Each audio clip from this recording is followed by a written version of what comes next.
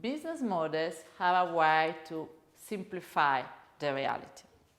The truth is that companies are constantly learning one from each other. So, for example, luxury brands are improving their supply chain following the example of vertical retailers.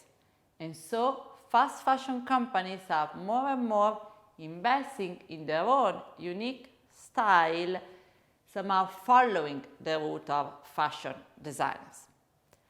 And then you have to add the fact that the industry itself is very dynamic. So what we can do is to take a picture of how companies are competing today, but the way they will compete next year will be already different. So that business model may help to position the different companies and understand the source of their competitive advantage.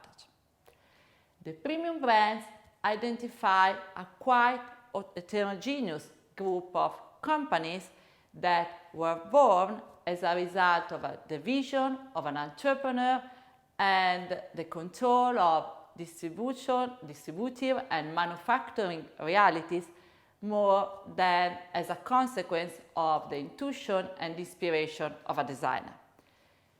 Here we mainly find brands that have a fantasy name, like the American Coach or the Italian Diesel.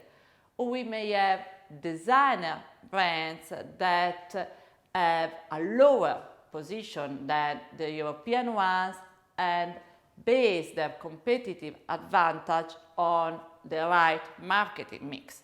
But here again, as I said, we have a lot of differentiations.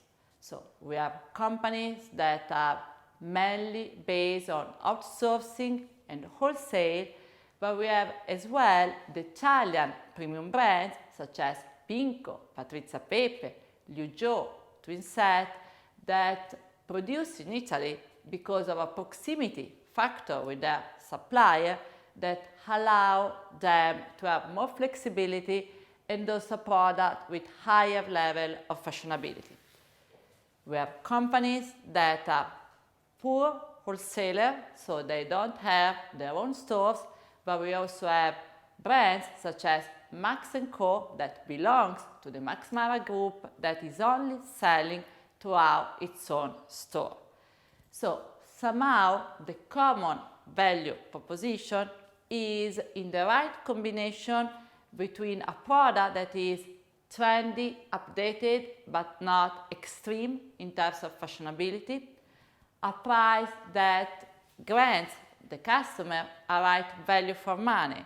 So you spend some money, but you also have a value because there is a control of the supply chain, and then the right service to the customer, which means the right delivery to the store, the right creation of an experience that is both in the physical store and in the digital environment.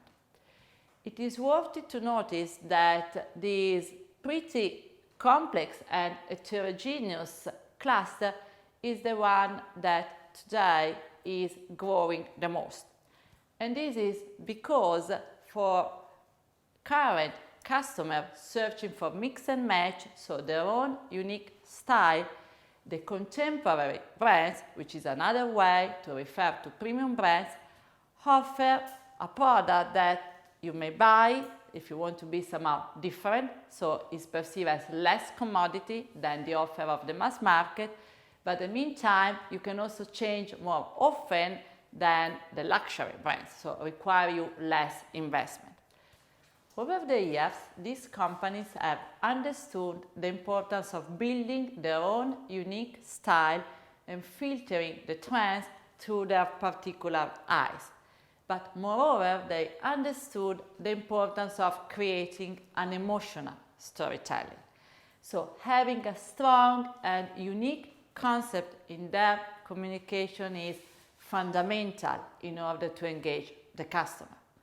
For example, the French companies, the couple, base its success in the identification of this idea of contemporary couples that tell their true story, that is a story of communication, but also reflect the fact that the product with this rock bohemian attitude is strongly intersex.